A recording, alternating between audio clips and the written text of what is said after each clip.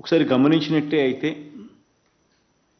ఈ కార్యక్రమంలో భాగంగా బహుశా దేశ చరిత్రలో ఎప్పుడూ కూడా జరగని విధంగా ఎవరు సాహసం కూడా బహుశా చేయని విధంగా మన రాష్ట్రంలో అయితే ఎప్పుడూ కూడా జరగలేదు.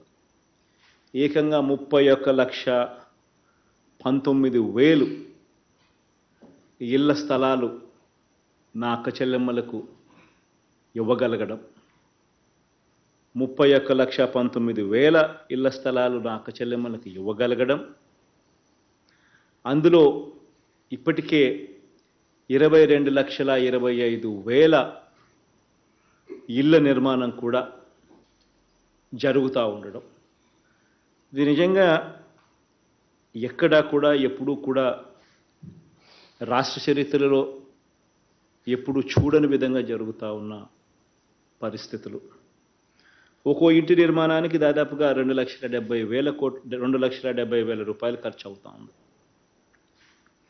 మళ్ళీ ఇన్ఫ్రాస్ట్రక్చర్కు అక్కడ మౌలిక వసతుల కోసం మరో ₹1,00,000 మళ్ళీ అదనంగా కూడా ఖర్చు అవుతూ ఉంది. దాదాపుగా 3,70,000 రూపాయలు ఆ ఇన్ఫ్రాస్ట్రక్చర్ అయితేనేమి, ఆ ఇంటి నిర్మాణానికి అయితేనేమి ఖర్చు అవుతూ ఉన్న పరిస్థితుల్లో 1,80,000 రూపాయలు ఆ అక్క చెల్లెమ్మలకు నేరుగా ఇస్తూ ఉన్నాం. మరో 35,000 రూపాయలు దాదాపుగా అక్క చెల్లెమ్మలకు పావులా వడ్డీకి రుణాలు అందుబాటులోకి తీసుకొచ్చే కార్యక్రమం జరుగుతూ ఉంది.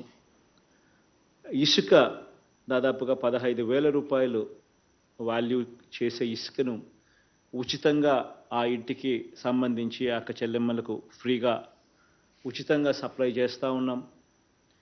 ఇవి కాక మరో 40,000 రూపాయలకు సంబంధించిన వివిధ రకాల వస్తువుల మీద ఆ అక్క చెల్లెమ్మలకు మంచి జరిగేట్టుగా సిమెంట్ కానీ, స్టీల్ కానీ, మెటల్ ఫ్రేమ్స్ కానీ, మెటల్ కానీ ఇట్లా రకరకాల వస్తువుల మీద మరో 40,000 రూపాయలు కూడా ఆ అక్క చెల్లెమ్మలకు మంచి జరిగేట్టుగా ఈ కార్యక్రమం అంతా కూడా ముందుకు సాగుతూ ఉంది.